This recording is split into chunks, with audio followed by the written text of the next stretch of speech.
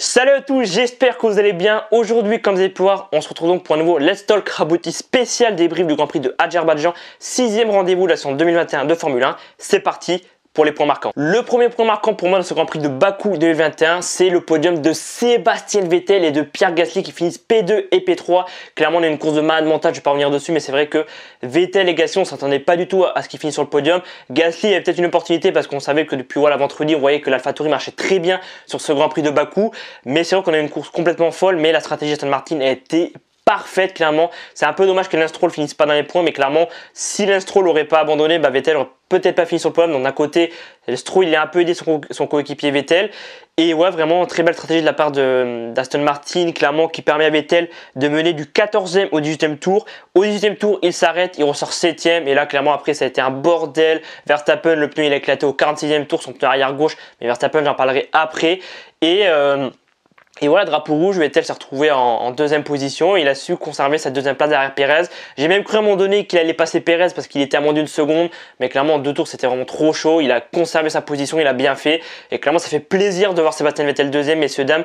Parce que clairement, voilà, depuis le début de saison, il avait pas trop à performer. Il avait fait une très belle cinquième place à Monaco. Et clairement, ça lui a apporté, je pense, beaucoup de confiance. Et là, clairement, quand je l'ai vu deuxième, j'ai pété un cap, clairement. Après, je pense que sur les prochains Grands Prix, ça risque d'être un peu difficile d'aller chercher une deuxième place, mais je pense que ça va lui apporter beaucoup de confiance. C'est vraiment très belle stratégie de la part d'Aston Martin et j'espère que Vettel va continuer dans les points pour les prochains Grands Prix. Et ensuite, la deuxième très bonne performance pour mon premier point marquant de ce Grand Prix de Azerbaïdjan 2021, c'est la performance de Pierre Gasly, le Français. Quelle course, quelle démonstration, vraiment une course parfaite de Pierre Gasly. On a vu clairement le vendredi que l'AlphaTauri était très performante. En qualification, il a confirmé, il s'est qualifié en une belle position, 4e si je ne me trompe pas. Et ouais, il a vraiment performé, il a fait une très belle course, il a profité de l'abandon de Stroll, de Verstappen. Et puis à la fin, il a fait une course incroyable, vraiment les deux derniers tours avec Charles Leclerc qui se bat pour le podium. Vraiment, il a vraiment fait un travail incroyable, vraiment c'était vraiment très cool de voir ces deux s'affronter en piste parce qu'on sait qu'ils s'entendent très bien en dehors de la piste, de très bons amis et vraiment ils ont été hyper respectueux, ils ne sont pas accrochés et au final c'est Pierre Gasly qui a remporté la bataille et il finit donc 3e et c'est incroyable parce que Brésil 2019 il finit 2e avec la Toro Rosso.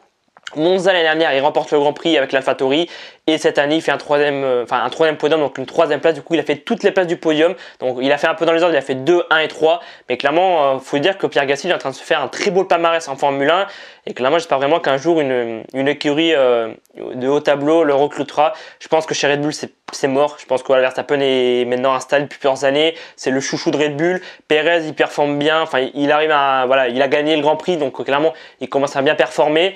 Et je pense qu'ils vont le prolonger Red Bull. Donc il faudrait qu'il arrive à se détacher du giron Red Bull. Mais apparemment, il a encore un contrat avec Red Bull pour plusieurs années. Donc on verra bien comment ça se passe pour Gasly dans le futur. Mais en tout cas, très belle course de Pierre Gasly, de Vettel. Et j'espère vraiment que les prochains Grands Prix, ils vont confirmer ça et continuer à être dans les points. Et clairement, j'allais oublier d'en parler, mais chez AlphaTauri, il n'y a pas que Pierre Gasly qui a été phénoménal. Il y a aussi Yuki Tsunoda qui a fait une très belle course puisqu'il finit 7e. Il a fait sa première Q3 de l'année et clairement, il marque ses premiers points depuis Bahreïn. C'est vrai qu'à Bahreïn, il avait impressionné avec un dépassement sur Lance Stroll en fin de course. Du coup, il a fini dans les points pour sa première course en Formule 1.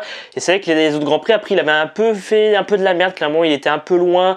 Clairement, il avait pu à être aussi performant que la première course justement à Bahreïn. Et là, quand même, il commence un peu à se rattraper. 7e place, clairement, très beau Grand Prix du Yuki Tsunoda.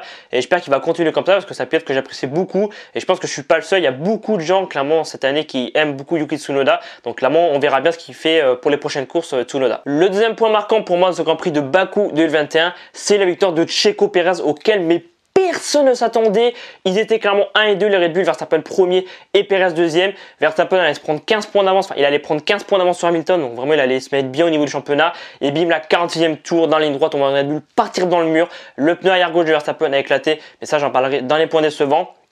Et clairement, Pérez, il avait la victoire sur un plateau, drapeau rouge, il s'élance très bien lors du second départ quand il restait 2-3 tours. Hamilton a essayé de passer, mais il a tiré tout droit, il s'est loupé, il a appuyé sur un bouton au niveau de la balance des freins. Du coup, ça l'a fait tirer tout droit. Et clairement, Pérez a remporté sa seconde victoire en Formule 1. La première avec Red Bull, parce que clairement, il avait remporté son premier Grand Prix à Sakir l'année dernière avec la Racing Point, où Ocon clairement a fini second avec la Renault.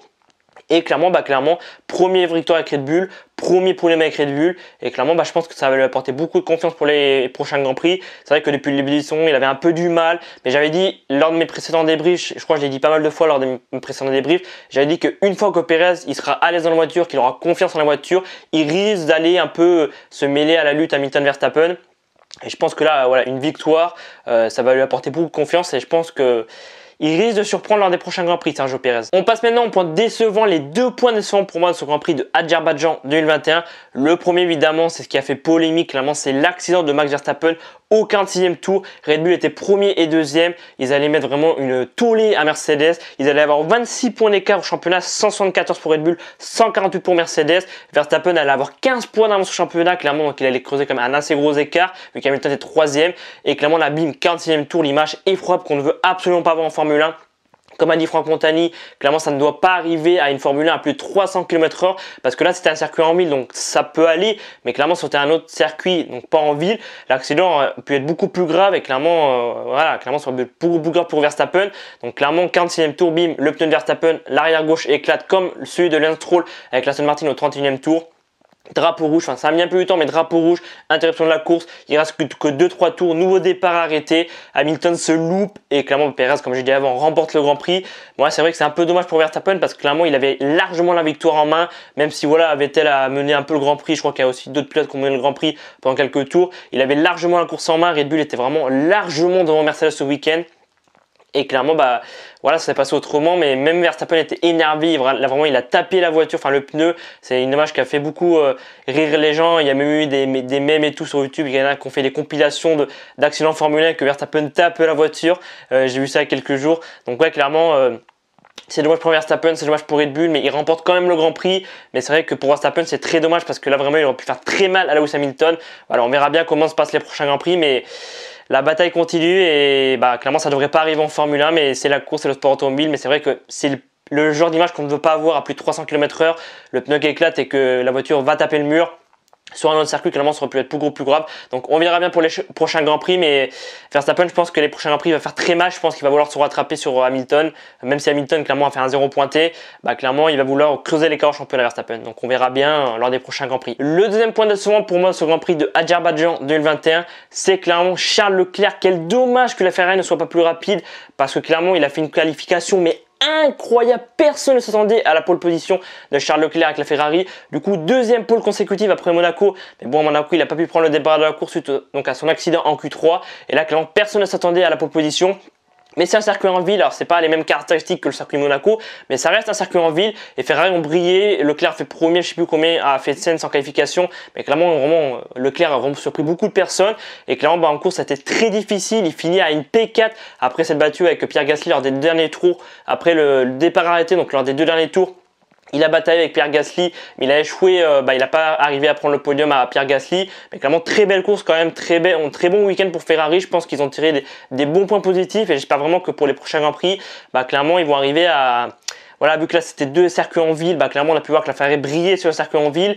Mais je pense que les prochains Grands Prix, le Grand Prix de France, le Grand Prix de Styrie, d'Australie, etc., d'Autriche, etc., ça risque d'être assez difficile, mais clairement ça fait plaisir de voir que Leclerc, clairement quand il y a moyen de faire la pole, il le fait. Sainz il n'a pas eu autant de facilité, mais clairement dans l'ensemble, très belle course de Ferrari pour le Grand Prix de Bakou. Et voilà, c'est la fin de ce débrief pour le Grand Prix de Azerbaïdjan 2021. C'est la fin de ce Let's Talk Rabouti spécial débrief Grand Prix de Azerbaïdjan 2021. 6e Grand Prix de la saison 2021 de Formule 1. N'hésitez pas à me dire en commentaire, vous, votre note par rapport à ce Grand Prix. Moi, clairement, je suis désolé de le dire, mais je mets la note de 20 sur 20 parce que le Grand Prix était parfait. Vettel sur le podium, la victoire de Perez, Gasly sur le podium, Tsunoda 7e, la bataille Leclerc-Gasly en fin de course, Alonso qui rentre P6 clairement lors des 2 derniers tours. Vraiment un week-end magistral. Et c'est clairement des courses comme ça qu'on aimerait voir chaque week-end.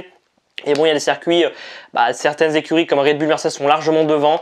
Mais bon, quand même, un très bon week-end, clairement, une très belle course. Et pour moi, 20 sur 20, clairement, c'est pour moi le meilleur week-end de course que j'ai vu actuellement en cette saison 2021 de Formule 1. Dites-moi vos points marquants, vos points décevants en commentaire, votre note par rapport à ce Grand Prix. Dites-moi ce que vous avez pensé de ce Grand Prix de Bakou de Azerbaïdjan 2021. Et moi, je vous dis à dans quelques jours pour le débrief du Grand Prix de France. Prenez soin de vous. C'était Alban. À très vite.